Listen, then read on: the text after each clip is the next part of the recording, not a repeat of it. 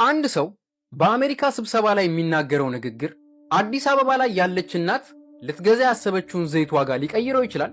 አዎ ይችላል። ነገር ግን ያኛው የሚያስፈራው ክፍል አይደለም። የሚያስፈራው ለምን እንደሚችል ነው። ዛሬ ያንን አብረን እናያለን። አስበው፣ አንድ ትልቅዬ መርከብ ዘይት ጭኖ ወደ ኢትዮጵያ እየመጣ ነው። ነገር ግን መርከቡ የራሱን ዘይት አያመርትም፣ ከሌላ ሀገር ይገዛዋል። ዋጋው ቢጨምር መርከቡ በበለጠ ዋጋ ይገዛዋል። ከዛ ከመርከቡ ላይ ኢትዮጵያ በውድ ዋጋ ትገዛዋለች።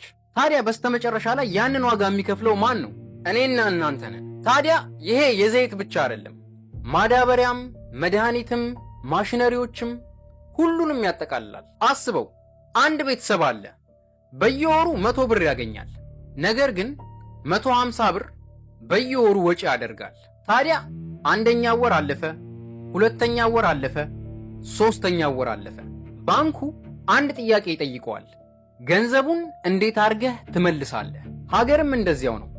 ከሚያገኘው በላይ ሲያወጣ ከየት ያመጣዋል? ይበደራል።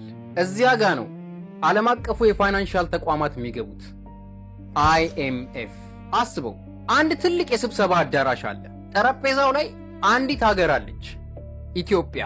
ነገር ግን እነሱ አንተን አያውቁም፣ ስምህን አያውቁትም፣ ቤተሰቦችህን አያውቁም። ምንም የሚያውቁት ነገር የለም። የሚያዩት ቁጥሮችን ነው። የዕዳ ቁጥር፣ የዋጋ ንረት ቁጥር፣ የውጭ ምንዛሬ ቁጥር፣ የእድገት ቁጥር እና 130 ሚሊዮን ሰዎች በአንድ ቁጥር ውስጥ ይታያሉ። ነገር ግን እነዚያ ቁጥሮች ከጀርባቸው ሰዎች አሉ። እናት አለች፣ ገበሬ አለ፣ ሐኪም አለ፣ ሹፌር አለ፣ ተማሪ አለ። እያንዳንዱ ቁጥር ሕይወት አለው። አሁን አንድ አስገራሚ ነገር ላሳየ። ሲንጋፖር በጣም ትንሽዬ ሀገር ናት። ደቡብ ኮሪያ የዘይት ሀብት ላይ አልተገነባችም። ጃፓን ብዙ የሚያስፈልጓትን ጥሬ ዕቃዎች ከውጭ ነው የምታስገባው። ነገር ግን አንድ ነገር አረጉ። የሌላ ሀገርን ሀብት ገዙ፣ ዕውቀት ጨመሩበት፣ ቴክኖሎጂ ጨመሩበት፣ ስራ ጨመሩበት እና እሴት ጨመሩበት። ከዚያ ዓለም ለነሱ መክፈል ጀመረ። እነሱ ተራራቸውን ቆፍረው አይፎን አላገኙም። ቶዮታ ዛፍ ላይ አልበቀለም። ሳምሰንግ ከመሬት ውስጥ አልተቆፈረም። ሰዎች ፈጠሩት፣ ስርዓት ገነባው፣ ዕውቀት አሳደገው።